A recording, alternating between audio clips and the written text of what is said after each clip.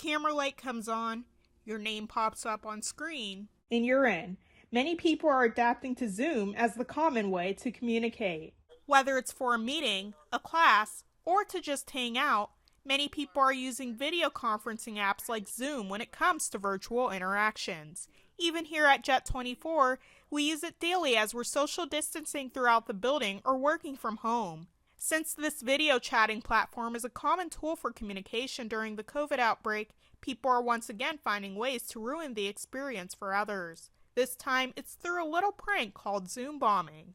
Zoom bombing is like photo bombing. Unintended people ended up being in your meeting room, listening to your meetings, or even sometimes saying racial slurs or putting some pornographic material or some inappropriate material inside your meeting and sharing their screens. Many people have fallen victim to the prank already. Gabrielle Dietrich is a professor of music at Penn State Behrend. With the campus on shutdown, her classes moved to Zoom. Right now, I'm teaching Music 103, which is concert choir, and Music 104, which is chamber singers, and Music 11, which is called Under the Hood: How Classical Music Works. And it's sort of a analysis-driven approach to music appreciation, more or less. And that's the course where the incident happened. I also conduct the Young People's Chorus of Erie. One day, the unexpected happened during Dietrich's class when a mysterious participant named Jessica decided to attend. A couple minutes into the class, people had taken the beginning of class quiz, and I was starting my lecture. And I like to have everybody in gallery view in Zoom so I can kind of see everybody. And I'm a classroom teacher of small children, so I'm sort of used to instinctively scanning for weird behavior. Like you sort of watch the corners for, oh, what are you up to? Oh, what are you up to? Because it's a skill you learn when you teach small children because they do weird stuff. So imagine my surprise when all of a sudden Jessica became a video image of someone's behind with just like underwear on, showing off her twerking skills. The group was able to find some comic relief instead of looking at this as a totally horrible situation. Once I recovered from the initial I, clicked on the photo and there's a remove button and you just hit remove and then it's gone. And then the class kind of exploded in laughter because it wasn't a harmful thing that was done. It was just sort of a shocking and kind of funny thing that was done, and it was adults. If this is a worry for you, there are ways to avoid being Zoom bombed.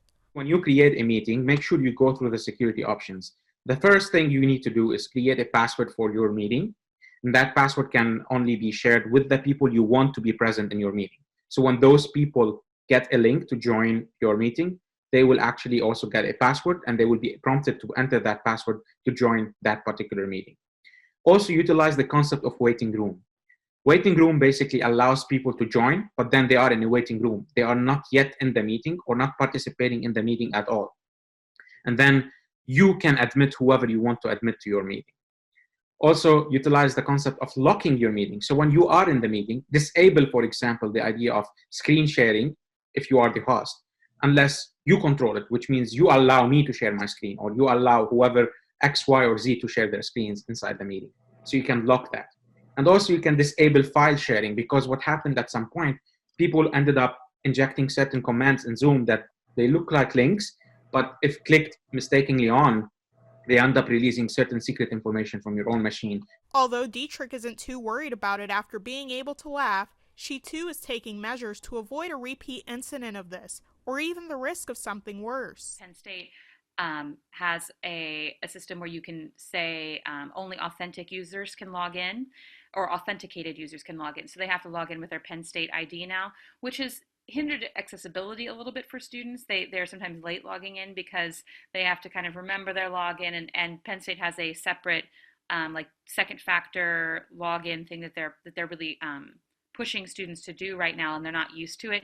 So that's an unrelated issue, but it has hindered accessibility a little bit. And so for my young people's course students, I just use the waiting room, and I'm really vigilant about making sure that I don't let anybody in who I don't know. She also has some advice for other Zoom users based off of her experience. I feel really grateful that, like I said, for something to be able to laugh about, and I hope that I hope that folks learn something from this, that you don't have to be scared of Zoom bombing necessarily. You just need to be prepared for it. And there's some simple things you can do.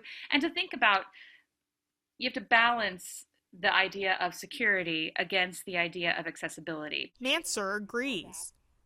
You can still use Zoom. Do not be afraid of it. All these things happening is because it is the trending, easiest video conferencing tool that you can use for video conferencing. Yes, that's why there's a lot of talk about it and its security concerns, because these security researchers now started looking into it and finding these problems. And the CEO of the company has promised to fix them. So they stopped any new features within 90 days, and they're all working on security. And this all will lead to a better Zoom version in the future, which is really good.